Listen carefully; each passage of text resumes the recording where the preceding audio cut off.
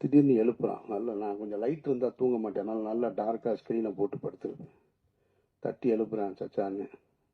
முழிச்சு பார்த்தா ஒருத்தர் துப்பாக்கியினோடு நிற்கிறாருங்க, முகத்துக்கு நேர. ஈடி ரைடு ரெண்டு. அந்த ரைடு கதையை கேட்டீங்கன்னா, வீட்டில் ரம்ஜானுக்கு எல்லாரும் ஊருக்கு போயாச்சு. இதை நீங்க தெரிஞ்சுக்க, ஊடகங்கள் பத்திரிகையாளர்களுக்கு இருக்க வேண்டிய இதையும் மற்ற எல்லாரும் தெரிஞ்சுக்கணும். இதை சொல்றேன், எவர்களுக்குமே உண்மையான ரீசன் தெரியாதுங்க. அதுதான் உண்மை. நான் சொல்றேன், நான் இந்த வழக்கில் தொடர்பு இருக்கிறதுனால சொல்றேன். அதிகாரிகளை தவிர வேற யாருக்குமே தெரியாது. வேற எவன் சொன்னாலும் நம்பாதீங்க. இதுதான் நிஜம். நான் சொல்றது உண்மை. இதை கன்ஃபெஷனா வச்சுக்கோங்க. ஏன்னா எனக்கு முதல் சம்மன் வந்தது பாருங்க, அதுவே யாருக்கும் தெரியாது. அது ஒரு வக்கீல் வெளியே போய் சொன்னதுனால தான் தெரியும். உடனே அவங்க என்ன பண்றாங்கன்னா, அமீர் ரமலான் முடித்து விட்டு வருவதாக என்சிபி அதிகாரிகளிடம் சொன்னாரு, இந்த நேரத்தில் என்ன விசாரிக்க வேணாம்னு கேட்டாருன்னு இதெல்லாம் தலைப்பு செய்தியா ஓடுதுங்க. அப்ப இந்த மக்களுக்கு எது செய்தி? அப்ப உண்மையே செய்தியா வராதா?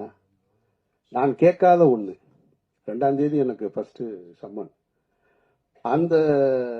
அப்படி ஒண்ணு நான் கேட்கவே இல்லை. நான் 2ஆம் தேதி போயிட்டேன், டெல்லி போயிட்டேன். காலையில முதல் நாளா நாங்க போய் உட்கார்ந்தோம். ஒரு 12 மணி நேரம் விசாரணை முடிச்சு வந்தாச்சு.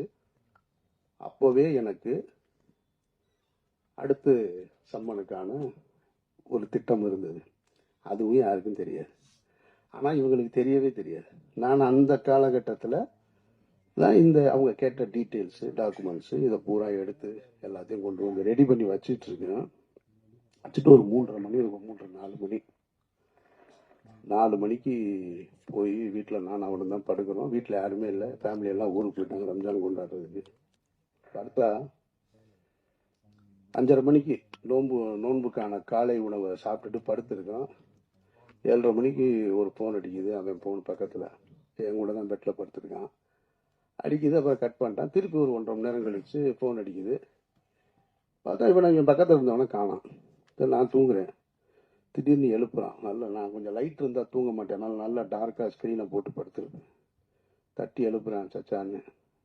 முழிச்சு பார்த்தா ஒருத்தர் துப்பாக்கியினோடு நிற்கிறாருங்க, முகத்துக்கு நேர.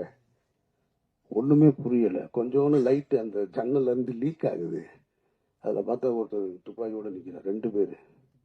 என்னடா அப்படின்னு தெரில, கண்ணே முழிக்க முடியலை. சரி, அதோட சரி எந்திரிச்சு முழிச்சு பார்த்தா அப்புறமா இடி ஆபீசர்ஸ் வந்திருக்காங்க. இது என்னுடைய வீட்டில்.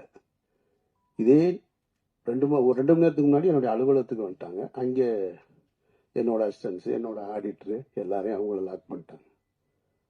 அப்புறம் இடி ஆஃபீஸர் வந்தாங்க. அவங்க தன்னை அறிமுகப்படுத்திக்கிட்டாங்க என்கிட்ட. நான் தான் இடி டைரக்டருன்னு. ஒரு லேடி ரொம்ப கண்ணியமாக நடந்துக்கிட்டாங்க, ரொம்ப மரியாதையாக நடந்துக்கிட்டாங்க. நான் முகத்தை கழுவிட்டு வர்றேங்கன்னு முகத்தை கழுவிட்டு உட்காந்து அவர்களோட பேசிக்கிட்டு அன்றைக்கு 12 மணி வரைக்கும் அன்னைக்கும் போச்சு. அன்னைக்கும் விசாரணை முடிச்சுட்டு நான் இங்கேருந்து மதுரை போயிட்டேன்.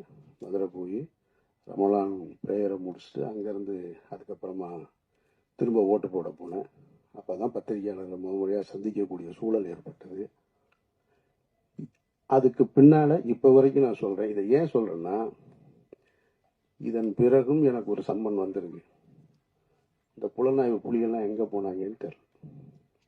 நீ உண்மையிலே சோர்ஸ் உனக்கு சொல்லுதுன்னா, உனக்கு உண்மையிலே செய்தி வந்திருக்குன்னா, எனக்கு சம்மன் வந்தது ஏன் யாருக்குமே தெரியல. நான் பர்பஸா சொல்லவே இல்லை. என்னதான் நடக்குதுன்னு பார்ப்போம்.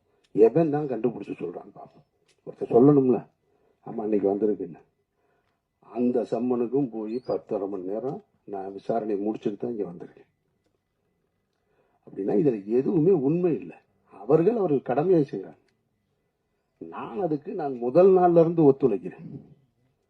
டே 1ல இருந்து இவ்வளவு பெரிய சிக்கலான சூழல் என்ன ஏற்படும் போது நண்பர்களுடைய ஆறுதல் இருக்கு, நண்பர்களுடைய ஆலோசனை இருக்கு, குடும்பத்தில் இருக்கவங்க சொல்லுவாங்க எங்கேயாவது வெளியூர் போயிரு, அங்கே போயிரு. டே 1ல இருந்து என்னோட ஆபீஸ்ல தான் இருக்கேன். நான் இங்கே தான் இருப்பேன். இந்த வழக்கு முடிகிற வரைக்கும் நான் இங்கே தான் இருப்பேன். இந்த வழக்கை முடிச்சுட்டு தான் நான் வெளியில வருவேன்.